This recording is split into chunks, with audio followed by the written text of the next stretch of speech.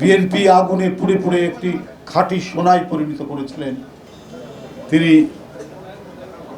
এদেশের এক ক্ষরজন্মা রাষ্ট্রনায়ক, রাষ্ট্রপতি, সাবেক রাষ্ট্রপতি জিয়াউর রহমান।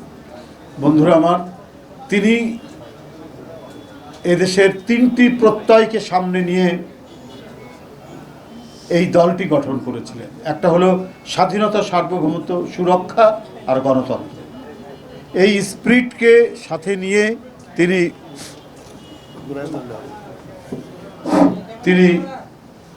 দেশকে উন্নয়ন উৎপাদনের এক দ্রুত ধাবমান পথে অগ্রসর করান।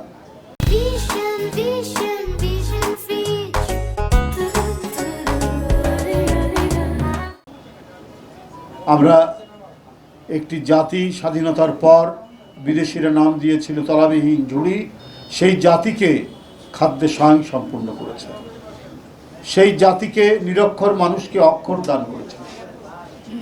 খাল কেটে তিনি পানি সংরক্ষণের ব্যবস্থা করে একদিকে মানুষের পুষ্টি সাধন করা মাছ চাষের মধ্যে দিয়ে, আবার অন্যদিকে ফসল উৎপাদন দ্বিগুণ তিনগুণ করেছিলেন। তিনি হলেন শহীদ রাষ্ট্রপতি জিয়াউর রহমান। যখন অর্থনৈতিক অবস্থা খুবই দুর্বল, সেই মুহূর্তে সেই মুহূর্তে তিনি দেশকে একটা মজবুত ভিত্তির উপর দাঁড় করাতে পেরেছিলেন।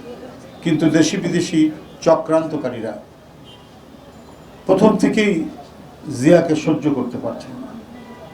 রাষ্ট্রপতি জিয়া আন্তর্জাতিক চক্রান্তের শিকার হন। তাদের এদেশীয় অনুচররা জিয়াকে পৃথিবী থেকে সরিয়ে দেওয়ার নানা আয়োজন করে এবং 1981 সালের 30শে মে চট্টগ্রাম সার্কিট হাউসে নির্মমভাবে হত্যা করে।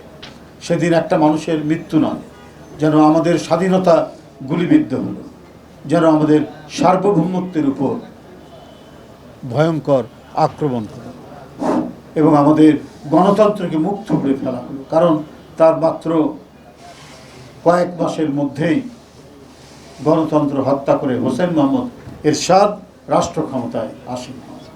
বন্ধুরা আমার, এই পরিস্থিতির মধ্যে আবারও গণতন্ত্রকে পুনঃপ্রতিষ্ঠা করার জন্য তার সহধর্মিণী এক অসাধারণ সাহসী মহিষী নারী বেগম খালেদা জিয়া বিএনপির হাল ধরলেন।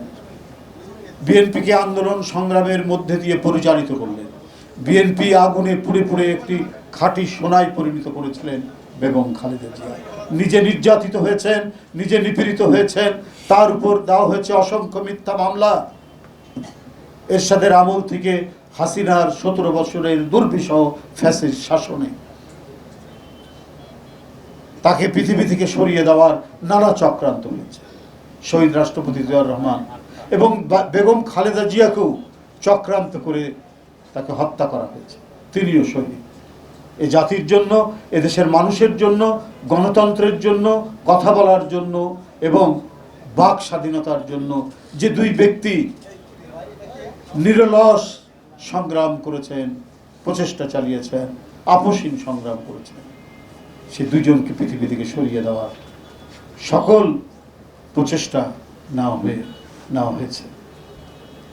বন্ধুরা আমার, এই নেতৃত্বের, এই সুমহান দুই নেতৃত্বের ছোঁয়ায় বাংলাদেশ জাতীয়তাবাদী দল গড়ে উঠেছে।